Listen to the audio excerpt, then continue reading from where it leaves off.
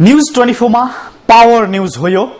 दर्शकहरू, हामी केन्द्रित छौं पुलिसको जस्तै फुली लाउने तर पुलिस होइनन् तिनीहरू यो प्रसंगमा र फुस्रो हरियो रंगको पोशाकमा चम्किला फुली प्रयोग गर्ने ती व्यक्तिहरू काठमाडौँ महानगरपालिकाका कर्मचारीहरू र उनीहरू नगर रक्षक मात्र।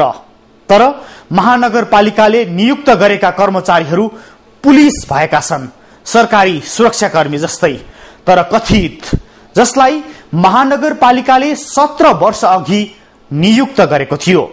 त्यसरी प्रहरीकै जस्तो दरबन्दी र फुली प्रयोगमा ल्याएपछि नेपाल प्रहरी र नगर रक्षक बीच अचेल होइन, पहिल्यैदेखि सम्बन्ध राम्रो छैन।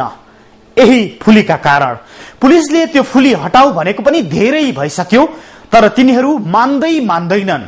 पुलिस नै दङ्ग परेको छ र पीडित रहेछ यो घटनामा।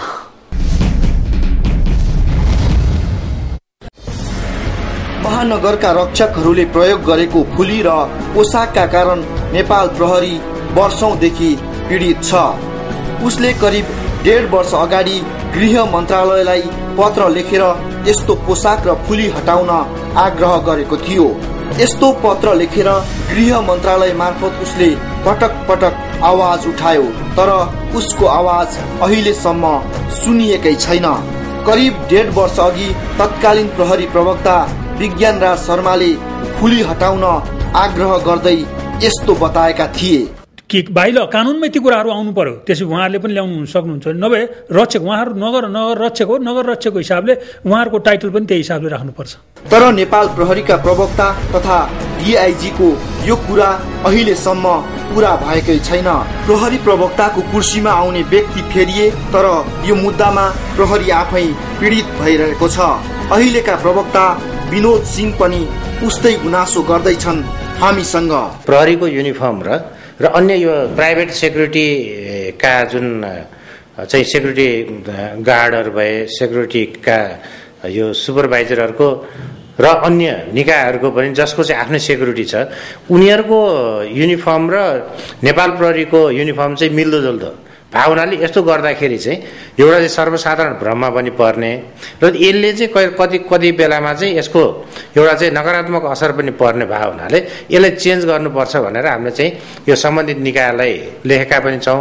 1.5 वर्ष अगाडिदेखि प्रहरीले यस्तो पोसाक, फुली र संरचना परिवर्तनका लागि गरेका प्रयासहरू यसरी निरर्थक बनिरहेका छन्। तर अझै उनी आशावादी छन् कि 2 वर्ष पूरा भइसकेपछि यो परिवर्तन होला भनेर। यो हामीहरूको यो युनिफर्महरूको पनि र अन्यको पनि युनिफर्महरूको एउटा चाहिँ अवधि हुन्छ। कुनै चिज 2 वर्षमा चेन्ज गर्ने, कुनै 3 वर्षमा चेन्ज गर्ने, कुनै 1 वर्षमा चेन्ज गर्ने हुन्छ। त्यही हिसाबले चाहिँ मलाई लाग्छ उहाँहरूको त्यो जुन खपत अवधिलाई उहाँहरू कुरिराख्नु भएको छ। र अब यो 2 वर्ष जुन भयो, म्याक्सिमम 2 वर्षभन्दा बढी चाहिँ हुँदैन होइन। र अब चाहिँ उहाँहरूले चेन्ज गर्ने प्रोसेसमा आउनुहुन्छ होला भन्ने हामीले चाहिँ सोचेका छौँ। तर महानगरका रक्षकहरूले यसलाई अटेर गरिरहेका छन्। बरु उनीहरूले ऐनलाई बलियो बनाउँदै अधिकार स्थापित गराउने कोसिस गरिरहेका छन्। उनीहरूले महानगरपालिकाको ऐनै संशोधन गरेर 213 ग मा महानगर प्रहरीको व्यवस्था गरेको छ, जसले प्रहरीलाई कमजोर र नगर रक्षकलाई बलियो बनाउँदैछ।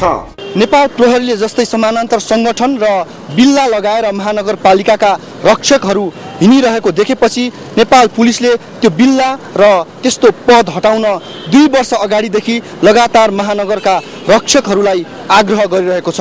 तर पनि यो पुरै व्यवस्था गर्दै नगर रक्षकहरूले हालसम्म त्यो फुली र त्यस्तै संरचना कायम राखेका छन्।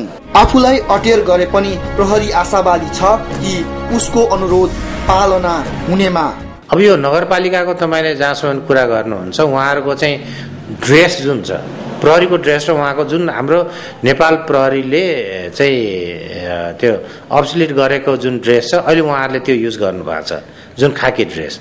तर अब यसमा जहाँसम्म त्यो र्याङ्क ब्याचहरूको कुराहरू छ, त्यो बारेमा र उहाँहरूको जुन पद छ, पदको बारेमा चाहिँ के छ भने तपाईँको जस्तै प्रहरीको एउटा मानिलिउँ इन्सपेक्टर भन्छौँ भने त्यो इन्सपेक्टर त नगरपालिकाको पनि छ।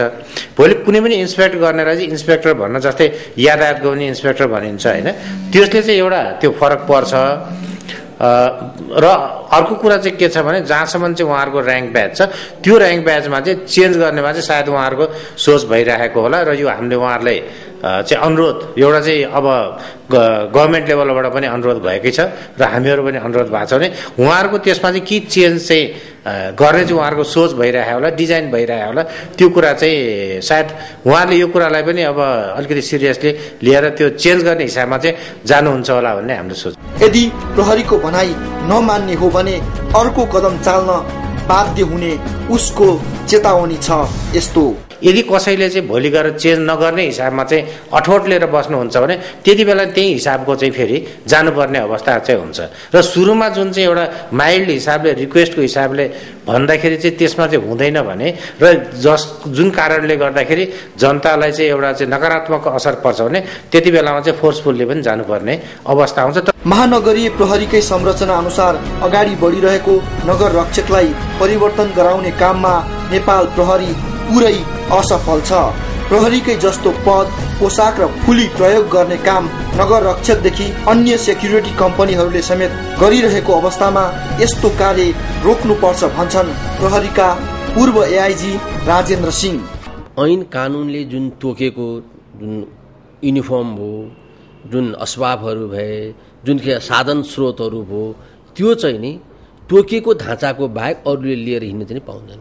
सुरक्षा चाहिँ अब को नाउँमा जस्तो नेपाल प्रहरीलाई ऐनले तोकेको छ, यसको ड्रेस यस्तो, यसको ड्रेसको कलर यो हो, यसले यो असबाब लिएर हिँड्न पाउने भन्ने जुन छ त्यसलाई चाहिँ नि अरू प्राइभेट सेक्युरिटीहरूले त्यही किसिमको दाँजो गरेर त्यही किसिमको असबाब, त्यही किसिमको कलरको कपडाहरू, त्यही किसिमको साधन स्रोत लिएर हिँड्न पाउँदैन। देशभित्र शान्ति सुरक्षा र सुशासन कायम गराउने जिम्मेवारी पाएको प्रहरी आफै पीडित छ पद, फुली र पोसाकको यो मामलामा।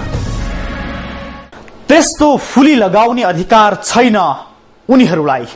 उनीहरू त महानगरपालिकाले नियुक्त गरेका कर्मचारी र नगर रक्षकहरू मात्र हुन् र उनीहरूको ड्युटी हो महानगरपालिकाभित्र जथाभावी फोहोर गर्न नदिनु, जथाभावी व्यापार गर्न नदिनु र महानगरलाई व्यवस्थित राख्न मद्दत गर्नु। तर भइरहेको यस्तो छैन। आम मानिस पनि पुलिस नै भनी ठान्छन् र उनीहरूको व्यवहार पनि पुलिस पाराकै हुन्छ।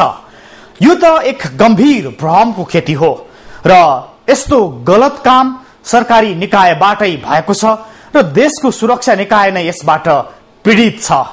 कुन लोभ र कुन शानको प्यासले होला महानगरका रक्षकहरू कुममा तारा र खुकुरी क्रस देखाएर आफूलाई मानौ पुलिस नै भनाउन चाहिरहेका छन्। हामी यो प्रसंग ब्रेकपछि जोड्छौं।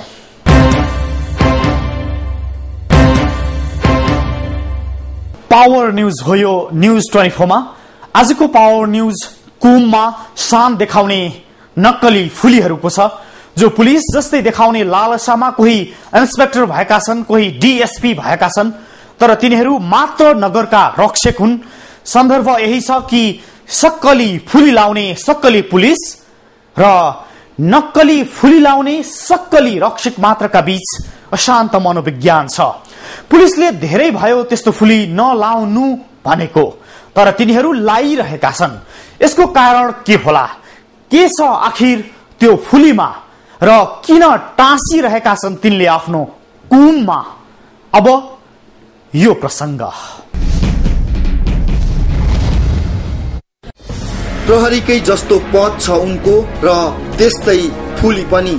उनी महानगरपालिकाका यी नगर रक्षकहरूका प्रमुख डीएसपी हुन् धनपति सापकोटा।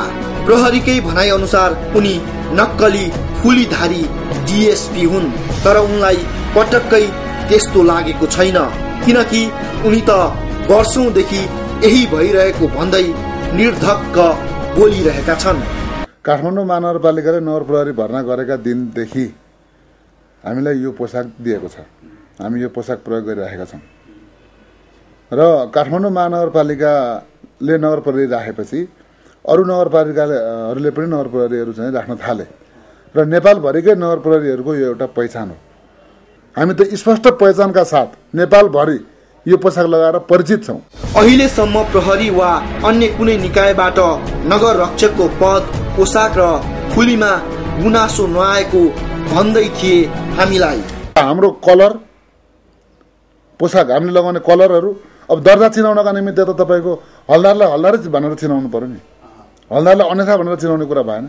म भन्छु नेपाल मेचीदेखि महाकालीसम्मको कुनै पनि पिपुल हाम्रो पोसाक र नेपाल प्रहरीको पोसाक देखेर झुकिनु पर्ने अवस्था देखिँदैन, झुकिँदैनन्। महानगरपालिकाको ऐनलाई देखाउँदै हामीले सोधेका प्रश्नहरूको प्रतिवाद गरिरहेका थिए उनी। प्रहरीका डीएसपीकै जस्तो फुली लगाएर उनी औपचारिक र अनौपचारिक रूपले जानकारी नआएको भन्दै फुली पोसाक र पदकै पक्षमा वकालत गरिरहेका थिए। अब हेर्नुहोस्, मैले जागिर खाँदाखेरि यो सङ्गठन नयाँ थियो। मलाई जागिर खाना भर्ना भएर आएपछि मलाई जुन लुगा दियो मैले त्यही लुगा लाएँ। आजसम्म म त्यही लुगा लाएको छु। मलाई आजका दिनसम्म तपाईँले यो भनेको विषय त्यसरी त्यो ढङ्गले कहीँ पनि जानकारीमा आएको छैन। तपाईँ मलाई पहिलोपटक भन्दै हुनुहुन्छ भनेको सम्बन्धित निकाय, सुरक्षा निकायहरूबाट यो ड्रेसप्रति, फुलीप्रति कुनै पनि आएको छैन। म दैनिक जसो म नेपाल प्रहरीका, जनपद प्रहरीका कनिष्ठदेखि वरिष्ठसँग म सहकार्यमा सधैँ जुटिरहेकै छु। अनौपचारिक रूपमा पनि आएको छैन, औपचारिक रूपमा पनि आएको छैन। ध्यान दिउँ होइन, तर के भने पोसाक परिवर्तन गर्न जरुरी छैन भन्ने निष्कर्षमा हामी पुगेका छौँ। यसरी करिब 1.5 वर्ष अघिदेखि प्रहरी आफै पीडित छ। उसले नक्कली पुलिसले लगाउँदै आएको फुली र पद फेर्ने कोसिस गरे पनि त्यो सफल हुन सकेको छैन। संरचना बदलिएर उपत्यकामा महानगरीय प्रहरी भएको छ। प्रहरी 2063 साल मङ्सिर 1 गतेदेखि ऊ महानगरीय प्रहरी भएको हो र 2050 सालमा स्थानीय निकायले आवश्यक परे कर्मचारी नियुक्त गर्न सक्ने प्रावधानबाट महानगरपालिकाका लागि नगर रक्षकहरू नियुक्त भएका हुन्। प्रहरी गृह मन्त्रालय अन्तर्गत छ। नगर रक्षकहरू स्थानीय विकास मन्त्रालय मातहत काठमाडौँ महानगरपालिकाले नियुक्त गरेका कर्मचारीहरू। तर यिनीहरू बीच लामो समयदेखि जारी आपसी वैमनस्यता र यिनीहरूबाटै भइरहेको गलत धन्दा र गलत धन्दाको साक्षी बस्ने प्रवृत्तिले देशको अरू पनि दृश्यलाई धमिलो र कमजोर बनाइरहेको पुष्टि गर्न कठिन हुँदैन। त्यसैले कानूनको कार्यान्वयन गर्ने निकायहरू बीच भएको यो गैर कानूनी दर्शक बन्ने काम र गैर कानूनी काम गर्ने काम तत्काल रोकियोस्। हामी देशमा विधिको शासनको अपमान भइरहेको हेरिरहन सक्दैनौं। यति आजको पावर न्यूज। हामीलाई बिदा दिनुस्। नमस्ते।